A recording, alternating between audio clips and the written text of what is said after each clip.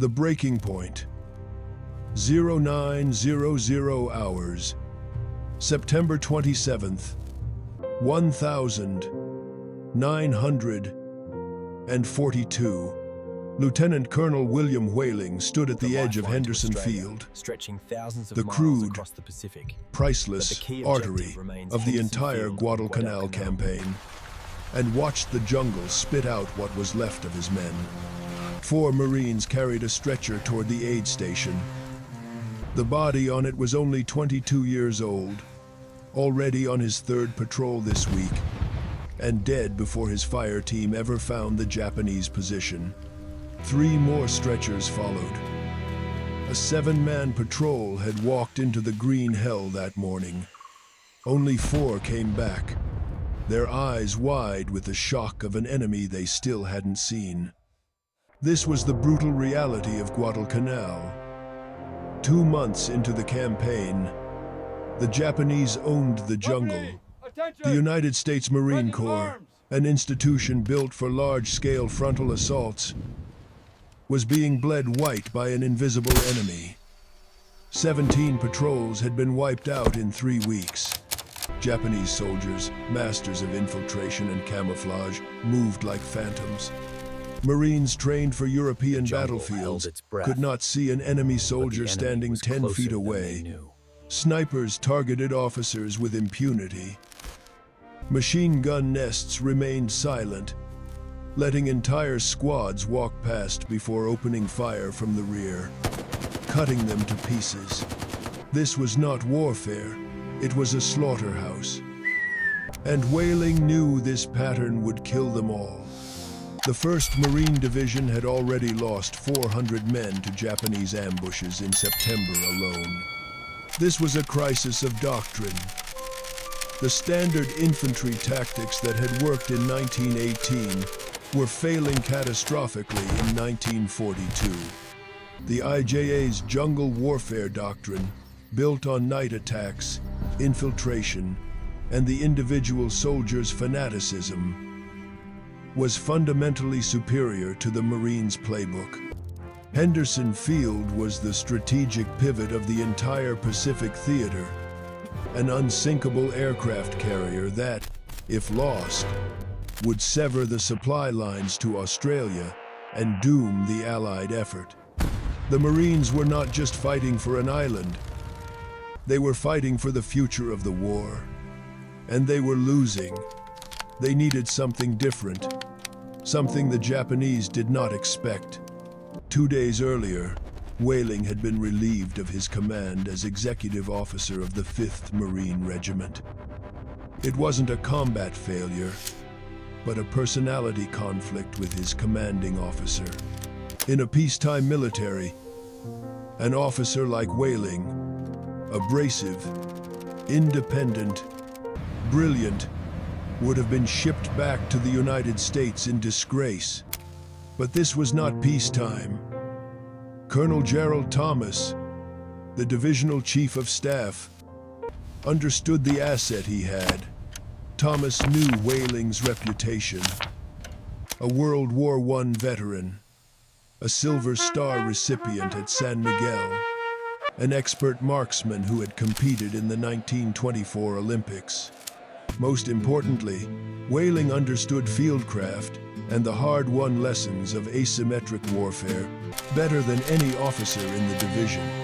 Thomas kept him on Guadalcanal, pointed him at the jungle, and gave him one simple order. Think about our problem. For 3 days, Whailing did just that. He watched the patrols leave, and he counted how many returned. The mathematics were brutal. The cold, hard logic was undeniable. At this attrition rate, the 1st Marine Division would run out of combat infantry before the Japanese ran out of jungle to hide in. He didn't need more men. He needed a new kind of man. He needed hunters, men who understood stalking, who could read the subtle language of the terrain, who could move with absolute silence, and who could kill without ever being seen. He needed to hunt the hunters, On September 29th, Whailing walked into General Alexander Vandergrift's command tent with a proposal that was both radical and ancient. He proposed the creation of a specialized scout sniper unit. He asked for 100 volunteers, men he would handpick from Marines, with backgrounds as hunters, outdoorsmen, and skilled marksmen. He would train them in reconnaissance, stalking, Platoon, and ambush attention! tactics. By the numbers, He would send them press deep arms! into the jungle in small, autonomous teams to gather intelligence and eliminate high-value Japanese positions before the regular patrols ever advanced. Vandergrift, a student of history, approved it immediately. The general saw the direct parallel to Lieutenant Colonel Robert Rogers and his Rangers, whose tactics from the French and Indian War, small, mobile units operating independently behind enemy lines, had terrorized the French. The Marine Corps, in a moment of existential desperation, was reaching back 200 years into its own unconventional warfare past to solve a modern crisis. Whailing had 1 week to find his men and begin training. That same night, he began poring over service records, looking for specific markers: expert rifle qualification, rural backgrounds, hunting experience. But he also looked for something else: disciplinary records that showed independence, not cowardice. He wanted men who thought for themselves, the kind of Marines who got in trouble for questioning a stupid order, but always completed the mission. By October 1st, Whailing had identified 43 candidates.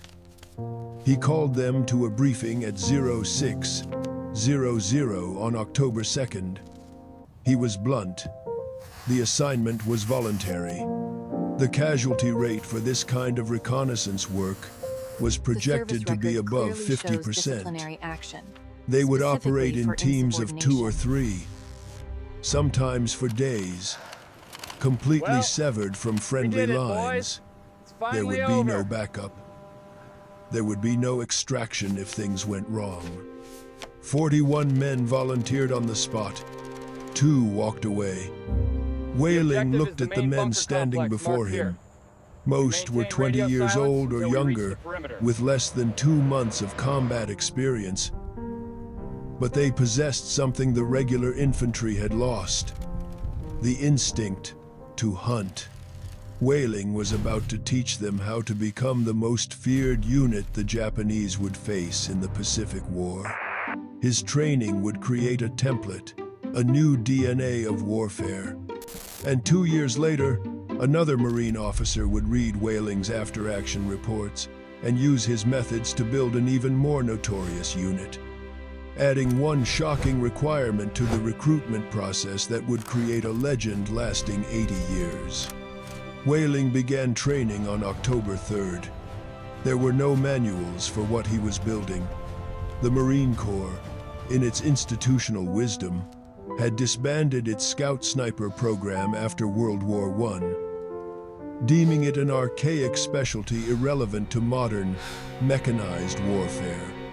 Now, on a jungle island, 6,000 miles from home, that decision was being paid for in blood. Whailing had nothing to draw on but his own experience.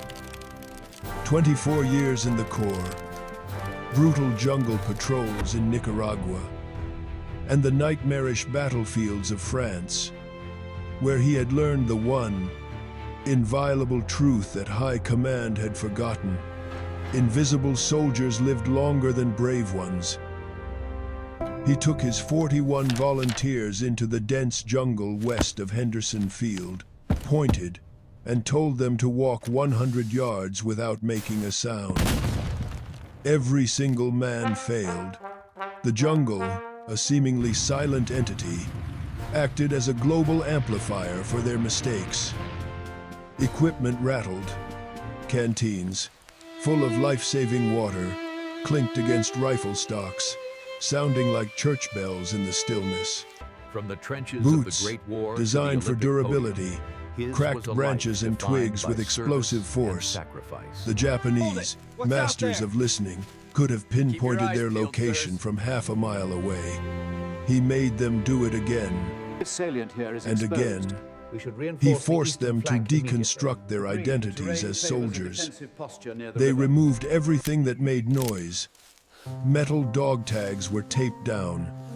Metal canteen hooks were wrapped in cloth. They abandoned their standard issue, hard-soled boots, boondockers, for softer-soled shoes.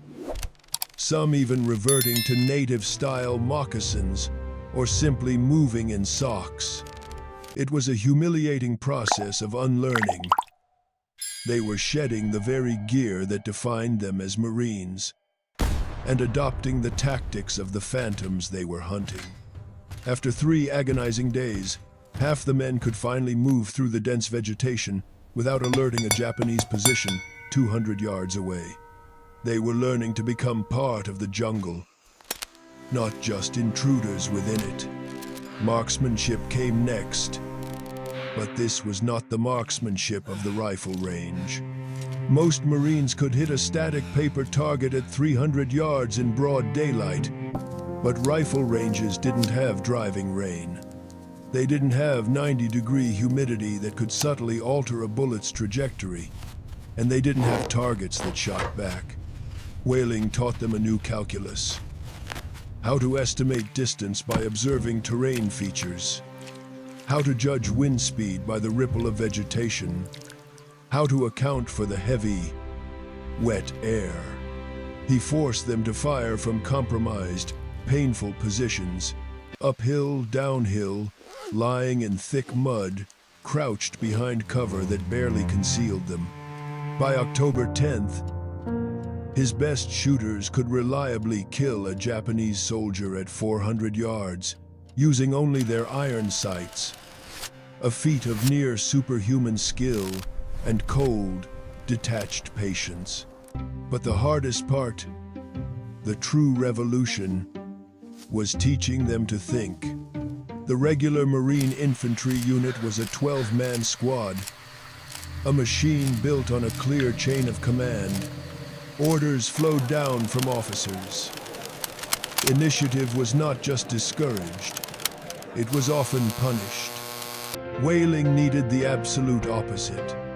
He was building 2- and 3-man teams that would operate independently for days, completely cut off from command. They had to be autonomous, making life-or-death tactical decisions without asking permission. He trained them in skills that, until now, had been reserved for officers: advanced map reading, terrain analysis, identifying prime ambush locations, and sketching enemy fortifications with precision. They learned to become intelligence analysts, estimating troop strength from the color of campfire smoke or the volume of foot traffic on a hidden trail. On October 13th, the final exam arrived. General Vandegrift issued a direct order. The division was planning a major offensive across the Matanacao River, where Japanese forces had dug in with interlocking fields of fire. Machine gun nests covered every approach, and artillery positions sat perfectly hidden in the jungle canopy.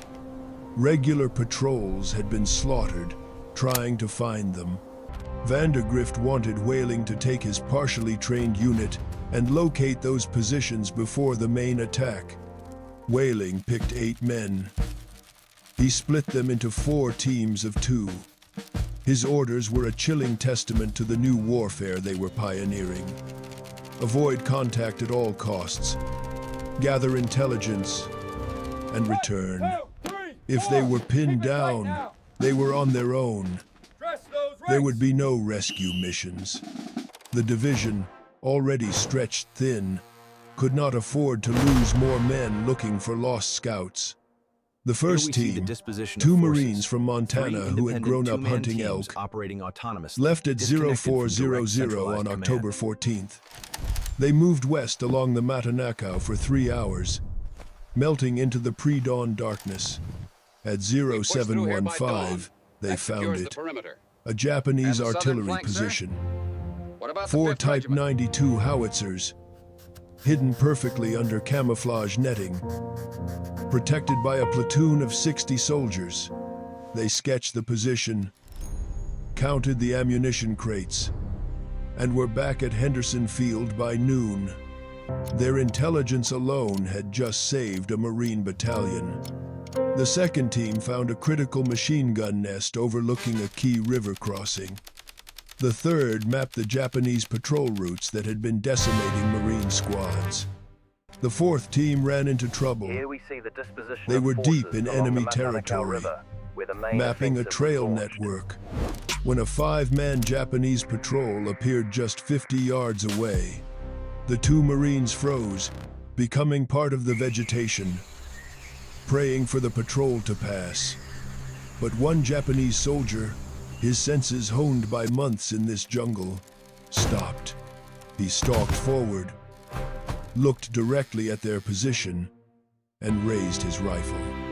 The Marine closest to him fired a single, carefully aimed shot. The Japanese soldier dropped. His 4 companions instantly scattered, shouting, but their exact and within strength was 30 unknown. seconds, whistles echoed through the jungle. An entire enemy network was converging on the sound of that one shot. The 2 Marines ran, racing east toward friendly lines. The chase lasted for 40 minutes. A desperate, lung-burning sprint through terrain designed to kill them. They reached Marine positions with 11 enemy soldiers, just 200 yards behind them.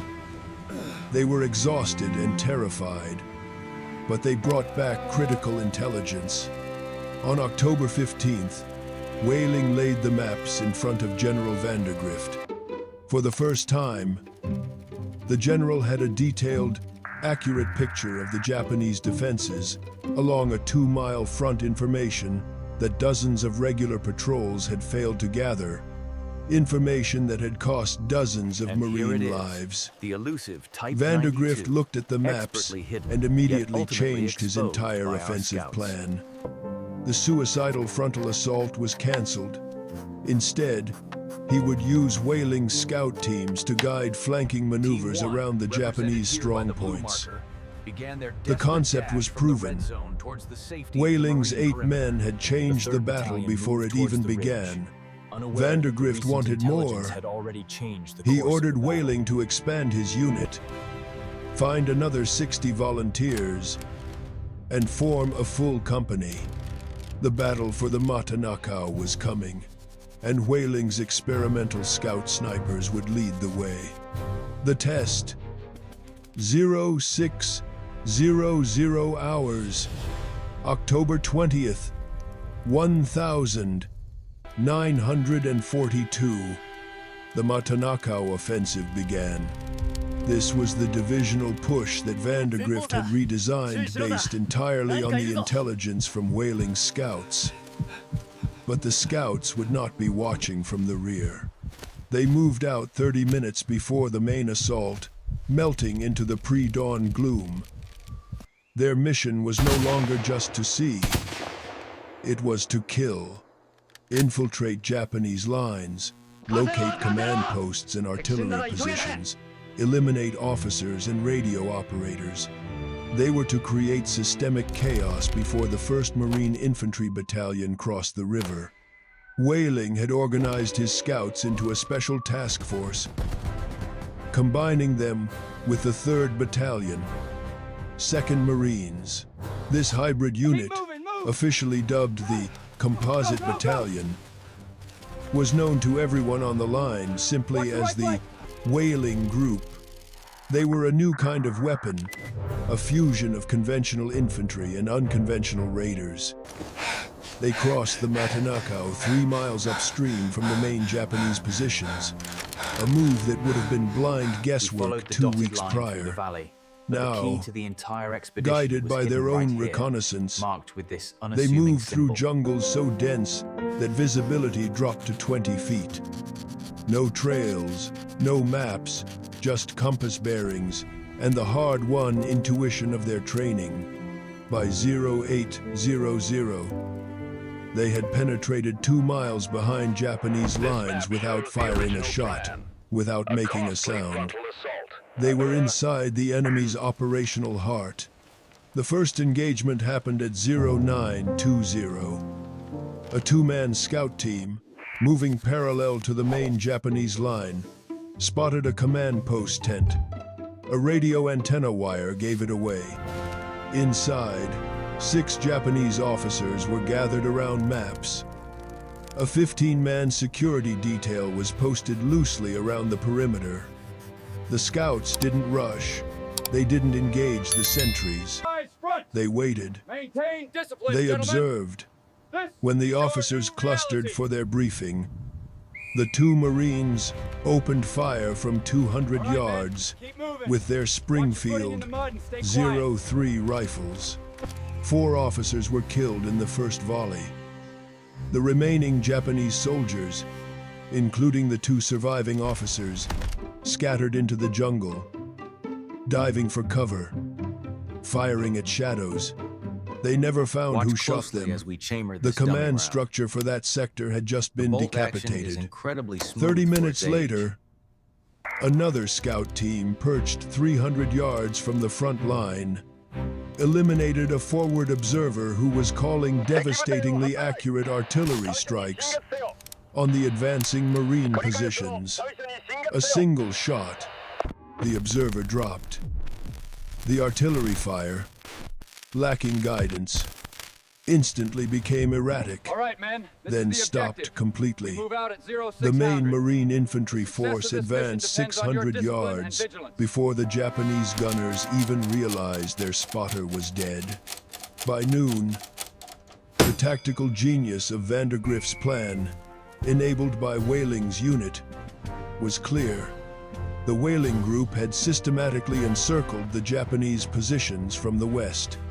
As the regular Marine battalions launched their main assault from the east, the Japanese forces found themselves trapped in a perfectly sprung vice.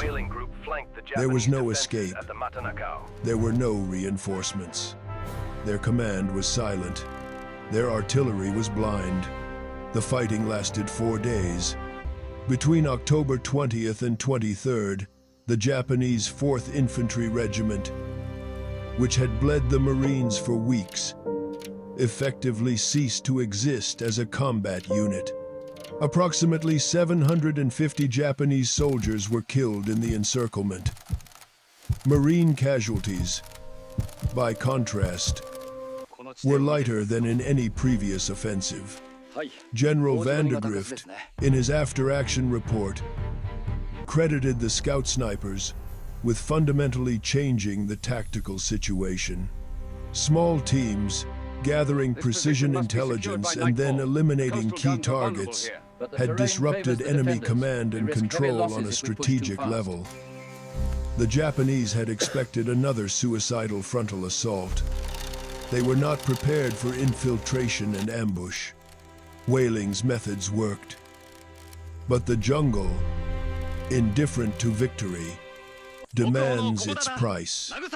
On October 22nd, at the height of the battle, Whaling was taken out not by a Japanese sniper, but by the impersonal calculus of modern war. Shrapnel from a random mortar round tore into him. The wound wasn't critical, but on Guadalcanal, critical was a relative term. He was moved to a field hospital for observation, but the island's relentless humidity and bacteria did what the Japanese could not. Infection set in. 3 days later, a raging fever forced his evacuation to a hospital ship. He would spend the next 4 months recovering, missing the rest of the campaign he had helped to turn.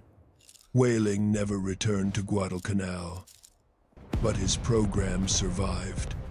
The 1st Marine Division, seeing the undeniable proof, formally established scout sniper platoons in each infantry regiment. Headquarters Company received a dedicated reconnaissance section.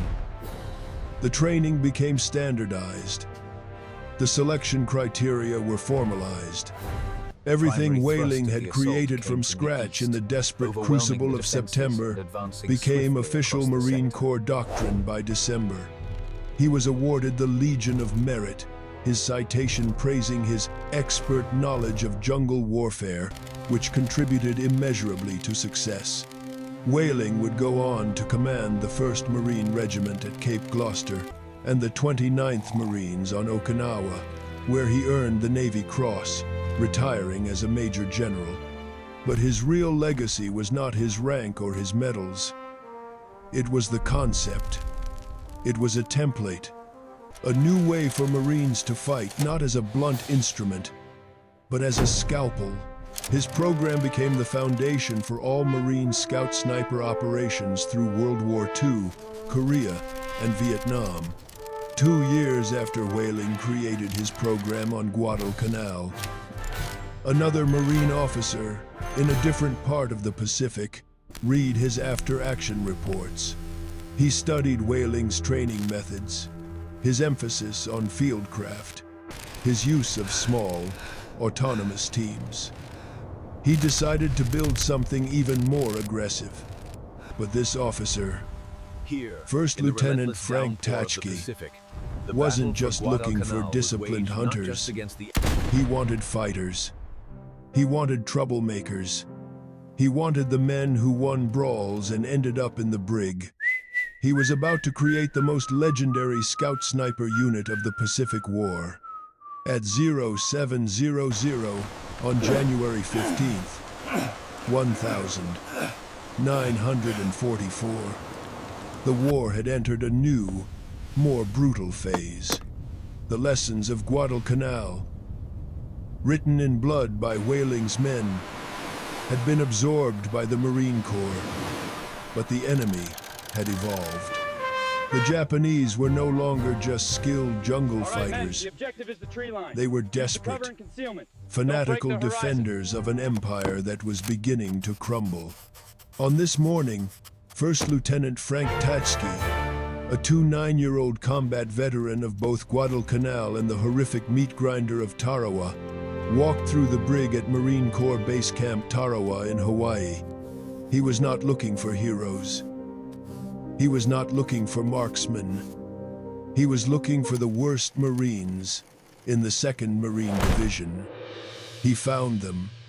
18 men were locked in cells for fighting, assault charges, insubordination, and destruction of property. The kind of disciplinary problems that typically ended a Marine's career. Tatchke wasn't there to punish them. He was there to recruit them. 3 months earlier, Colonel James Risley had given Tatchke an unusual, almost heretical order. Form an elite scout sniper platoon for the 6th Marine Regiment. He was to model it after the British commandos, training 40 men in deep reconnaissance and long-range killing. But Risley added a shocking caveat: do not recruit from the regular infantry. Risley, a forward-thinking commander, understood that the next phase of the war, the invasion of the Japanese home islands, would require a different kind of soldier. He wanted men who couldn't follow orders, men who thought for themselves, men who would survive behind enemy lines where the rulebook tactics of Camp Lejeune got you killed. Tatchke understood the assignment perfectly. He had read William Whaling's after-action reports from Guadalcanal. He studied how small teams of scouts had systematically disrupted Japanese operations. But Whaling had recruited hunters and outdoorsmen, disciplined, patient men who happened to have fieldcraft skills. Tatchke, fresh from the literal hell of Tarawa, wanted the opposite. He wanted fighters. His selection criteria were simple and utterly brilliant. He would find Marines who won fights and ended up in the brig. And he would ignore the losers who went to the infirmary. He explained his logic to skeptical officers. When 2 Marines fight, one wins and one loses. The loser goes to sickbay. The winner, the one who proved his aggression and his ability to handle himself in a violent confrontation, goes to the brig for assault.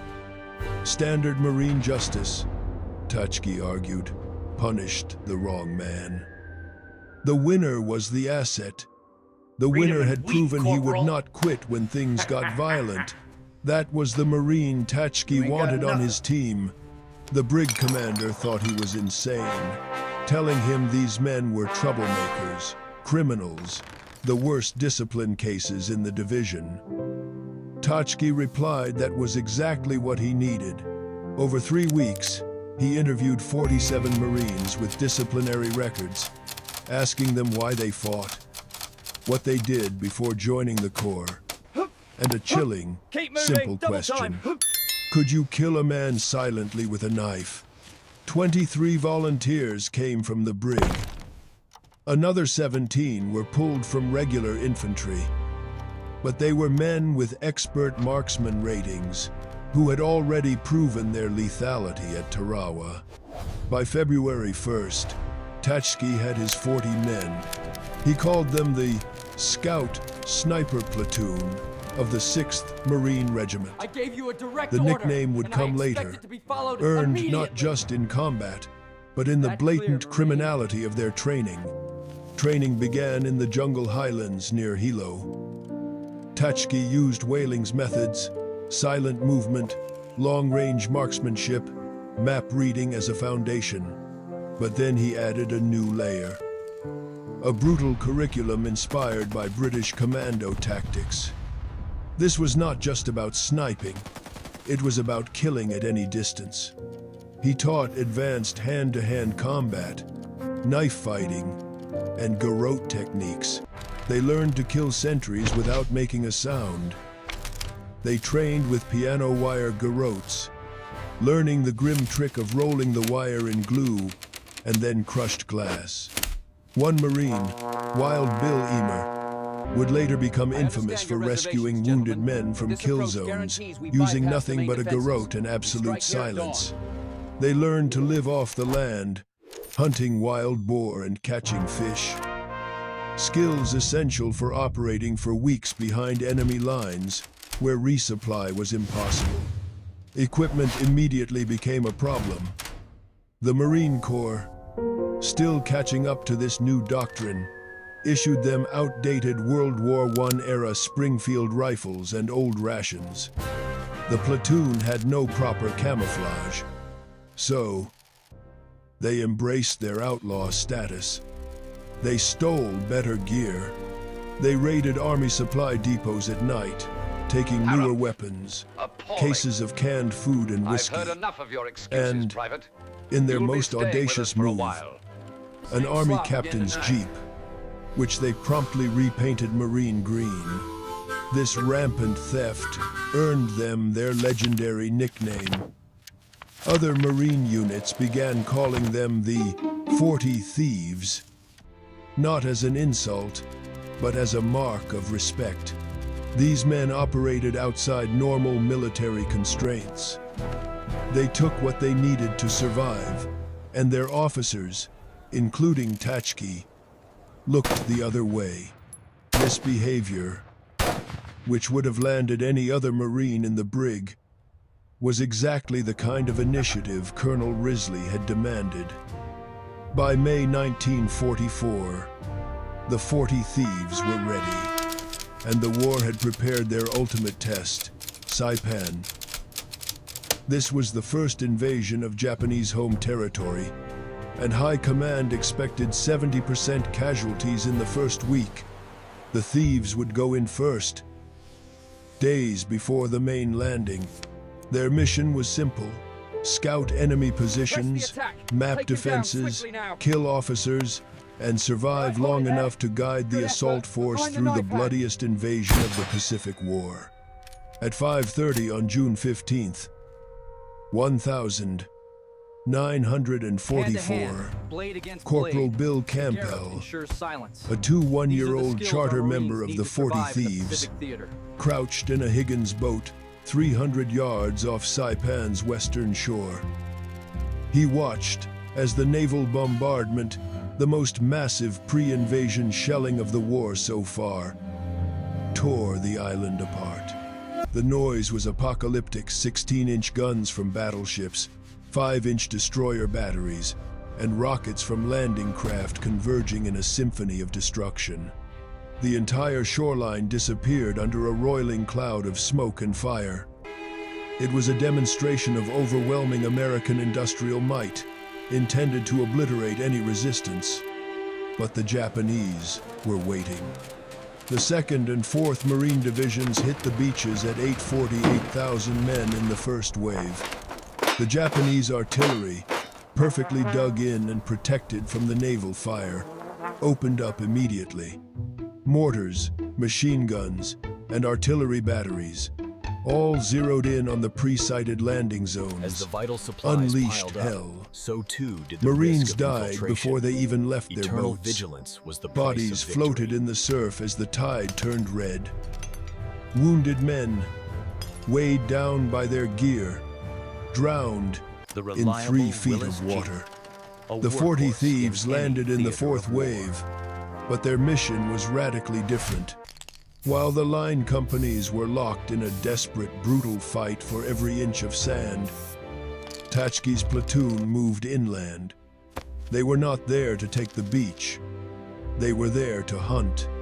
They bypassed the bunkers and the machine gun nests, moving through the gaps, looking for Japanese command posts, artillery positions, and supply dumps high-value targets that the regular Marines wouldn't reach for days. By noon, the thieves had penetrated half a mile inland, finding themselves in dense sugarcane fields, where visibility dropped to 10 feet. This was perfect ambush terrain. And the Japanese, masters of camouflage, were everywhere. In caves, in underground bunkers, in spider holes covered with vegetation, waiting to strike. The first silent kill happened at 13 hours. 2 thieves, scouting a trail, spotted a lone Japanese radio operator setting up an antenna wire.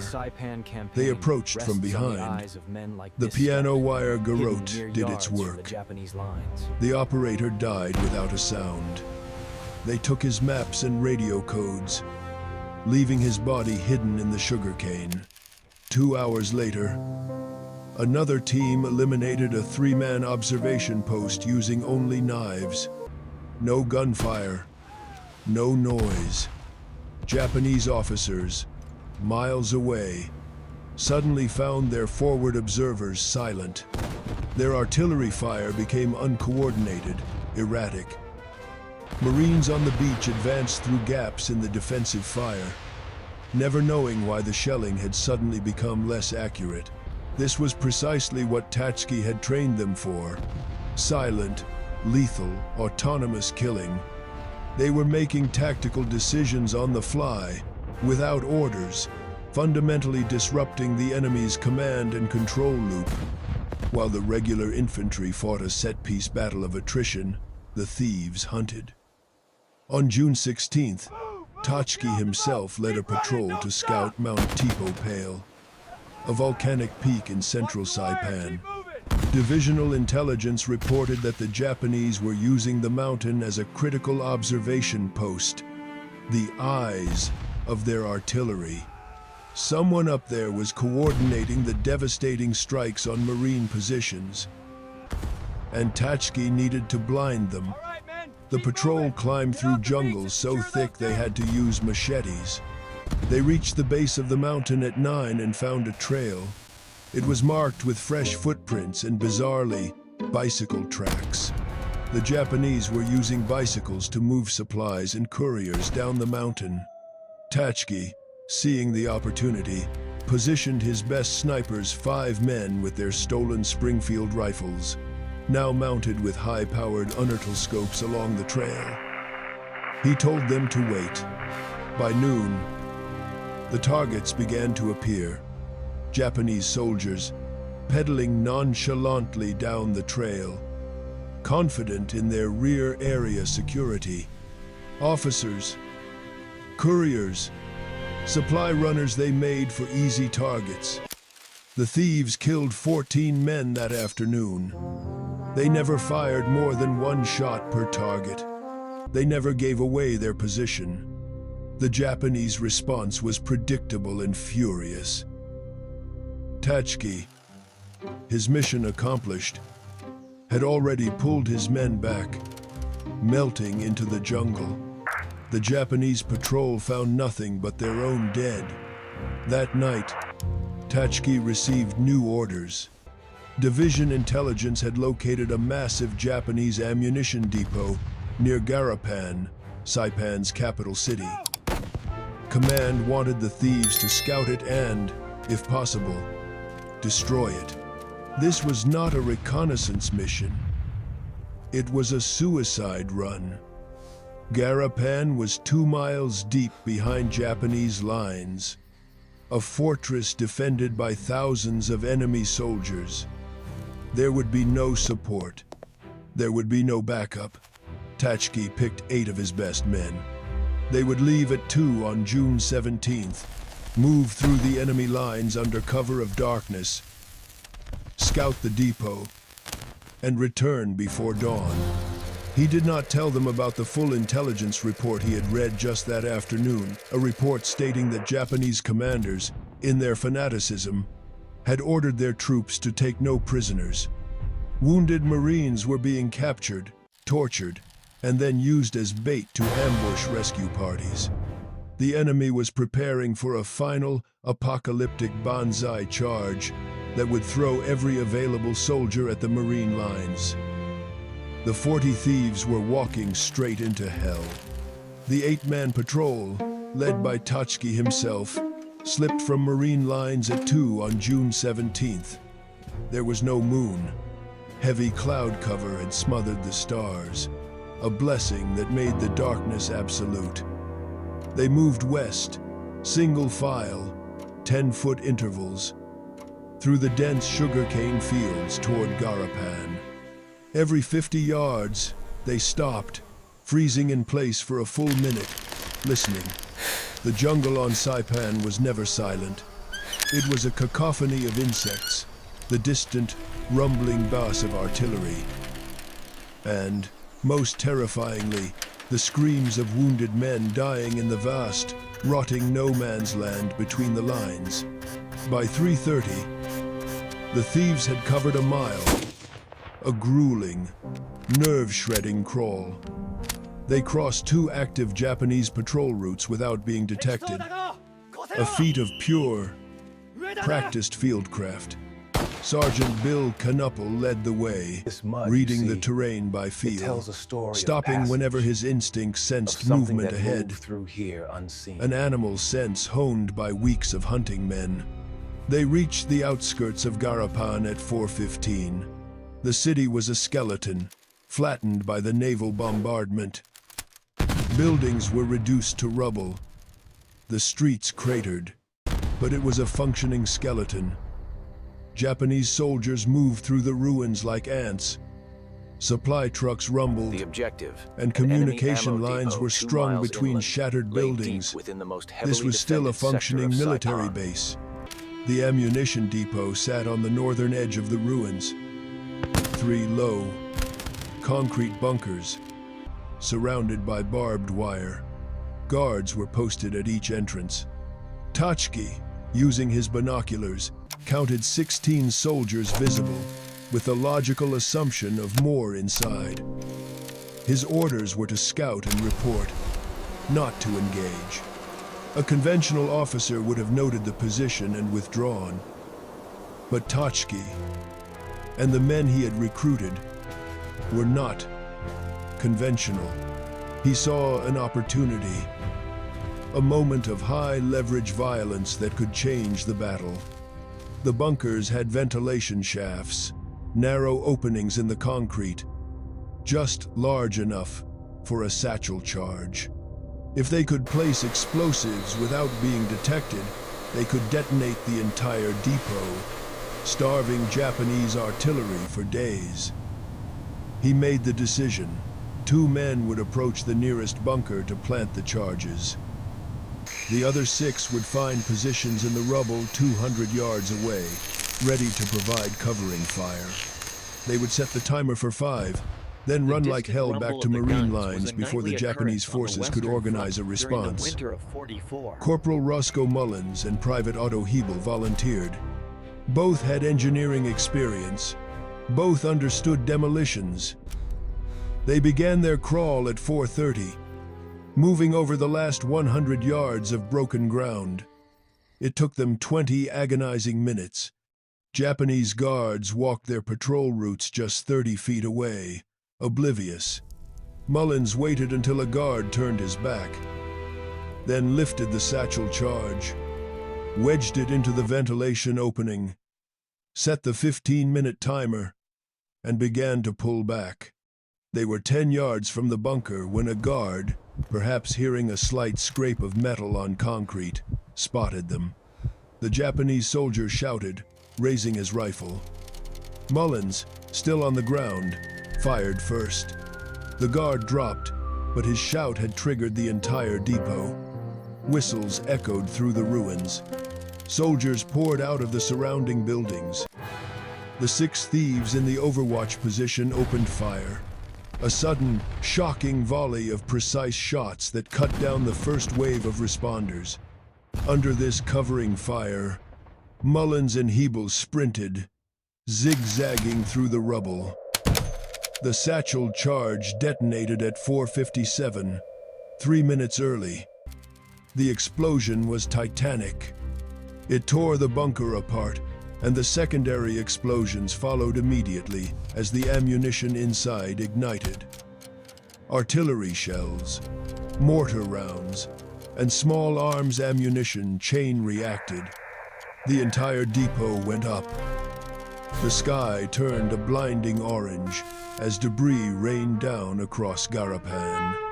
The thieves used the chaos, the concussions, and the fires to escape, running east through the sugarcane as the Japanese forces, in a state of total panic, tried to contain the inferno. By 6, they had crossed back into Marine lines. All 8 men were back. 0 casualties. They had destroyed the largest ammunition depot in northern Saipan. Division intelligence later estimated the explosion eliminated 30% of all Japanese artillery ammunition on the island. Enemy fire dropped significantly over the next 2 days. The Marine advance, which had been stalled in blood, accelerated. But the mission had terrifying consequences. Japanese commanders now knew, with certainty, that elite Marine scout units were operating deep behind their lines. The rules of engagement, already brutal, disintegrated completely. Patrols were doubled, ambushes were set, and a new, horrific tactic emerged. On June 19th, a thief patrol walked into a perfectly laid trap near Mount Tipo Pale. 4 men were scouting a trail network.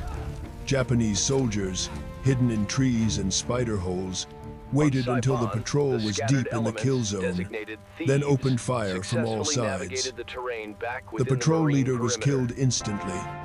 The other 3, wounded, fought their way out.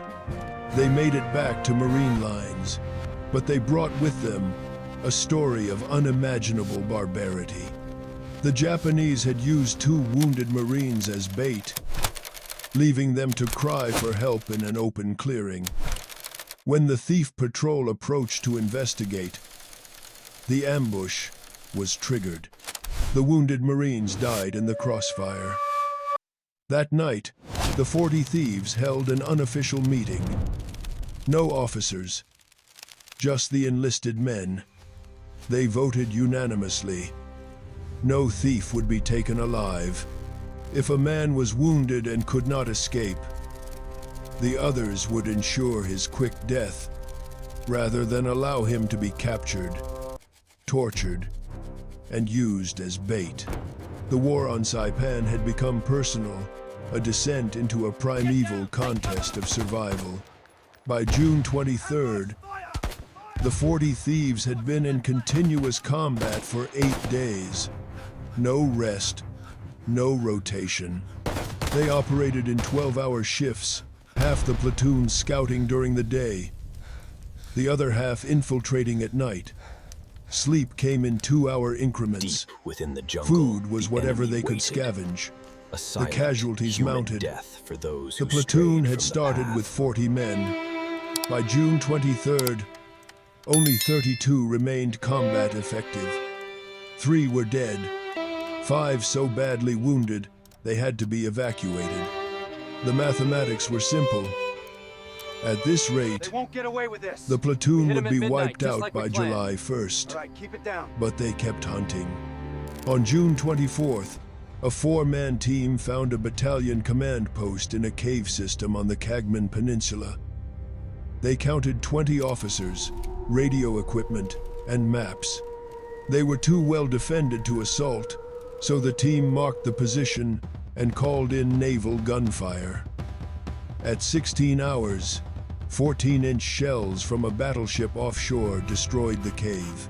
The entire command structure of a Japanese battalion vanished in a single strike. Enemy coordination in that sector collapsed. The next day, June 25th, brought the worst loss the Thieves would suffer. Corporal Martin Dyer, a popular and respected leader, led a 5-man patrol into dense jungle near Mount Tapacho. To find artillery positions, they found them. 4 Type 92 guns, perfectly camouflaged in a ravine, invisible from the air. Dyer's patrol observed the position for 30 minutes, sketching it, counting the crews, noting ammo storage. They began their withdrawal, but they were 200 yards out when Japanese infantry appeared from 3 directions. The ambush was perfect. Machine guns opened fire from high ground, catching the patrol in a crossfire with no cover. He stayed behind with his Browning automatic rifle, laying down a base Following of the fire to saturation cover their bombing escape. run, the cave entrance 3 was men confirmed made it destroyed. out. All that Dyer and remained 1 was other this Marine did smoking not. chasm. Dyer's body was never recovered. The survivors reported he had killed at least 7 Japanese soldiers before his position was finally overwhelmed. He was posthumously awarded the Navy Cross, his citation reading that he had sacrificed himself to ensure his patrol's survival. His death hit the platoon hard. It was a brutal reminder that skill and training only delayed the inevitable. Eventually, the numbers always caught up. On June 26th, intelligence landed on Tachki's desk that changed everything. The Japanese were preparing for a massive, final Banzai charge. 3,000 soldiers would attack in a single, suicidal wave. Tachki was ordered to take 20 Thieves, infiltrate the Japanese assembly areas, find the officers, and kill them before the attack could launch. It was the most dangerous mission they had ever received.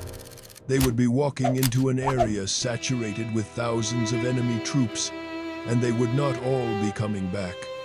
The 20 Thieves moved out at midnight on June 27th. There was no moon, only heavy cloud cover that gifted them perfect conditions for infiltration. They split into 5 teams of 4 men, each with a designated sector, each knowing they were utterly on their own. This was not a patrol. It was a mass assassination, a scalpel thrust deep into the heart of an enemy army. They penetrated a mile into enemy territory. But this was a different landscape from the one they had scouted days before.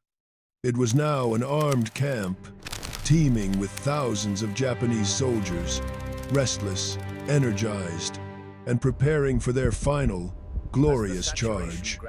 The thieves moved through them like smoke, shadows in a field of shadows. The first officer died at 2:30. He was a Japanese captain, studying maps by a dim lamplight inside a captured American tent. Tachki's own team had approached within 50 yards, a single, suppressed shot from a Springfield. The captain dropped forward onto his maps, his briefing forever unfinished. The guards outside, less than 20 feet away, never even heard the sound. This scene was repeated across the assembly area. Another team identified a group of lieutenants moving between foxholes, coordinating their platoons. The thieves didn't use rifles. Two of them, moving in perfect sync, emerged from the darkness, piano wire garrotes flashing. The two officers were dead and dragged into the brush before their men, 30 yards away, even noticed they were gone. For 3 agonizing hours, the 5 teams hunted. They were not just killing men. They were systematically erasing the enemy's command structure. They targeted anyone with map cases, anyone wearing an officer's insignia, anyone who was giving orders.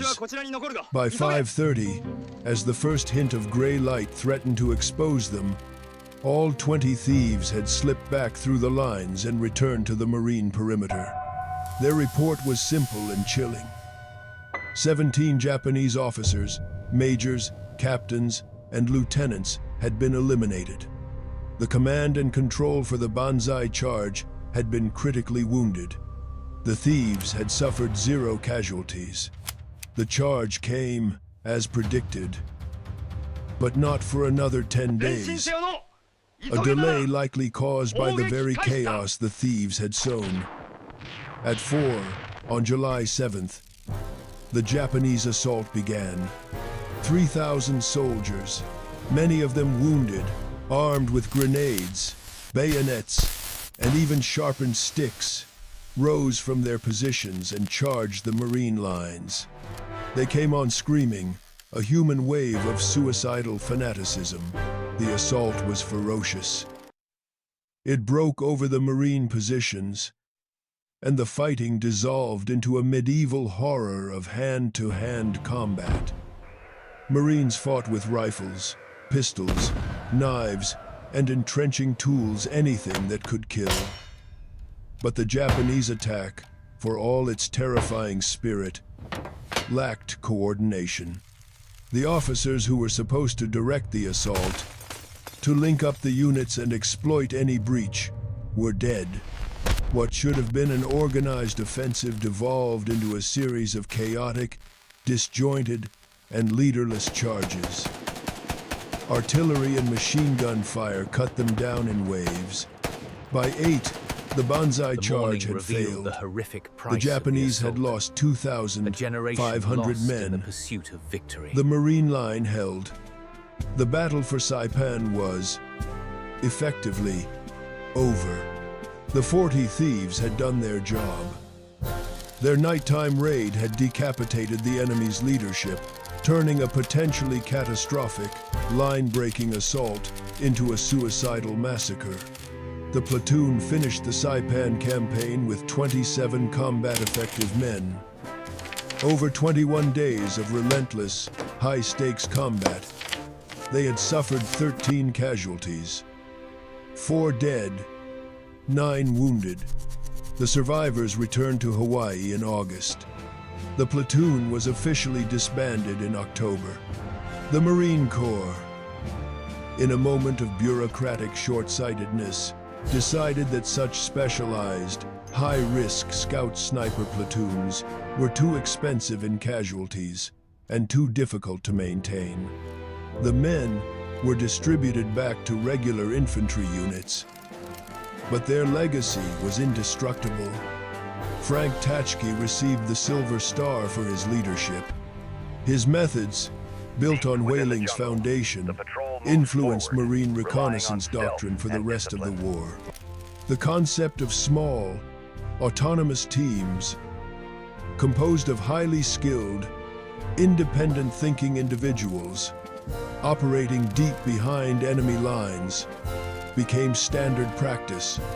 What William Whailing had conceived in desperation on Guadalcanal, the 40 Thieves had perfected in the crucible of Saipan. Modern Marine Scout snipers and the reconnaissance Marines who replaced them trace their lineage directly to these men. They inherited Whaling's training methods and Tachki's ruthless selection criteria. They inherited the fieldcraft, the silent killing, and the fierce independence.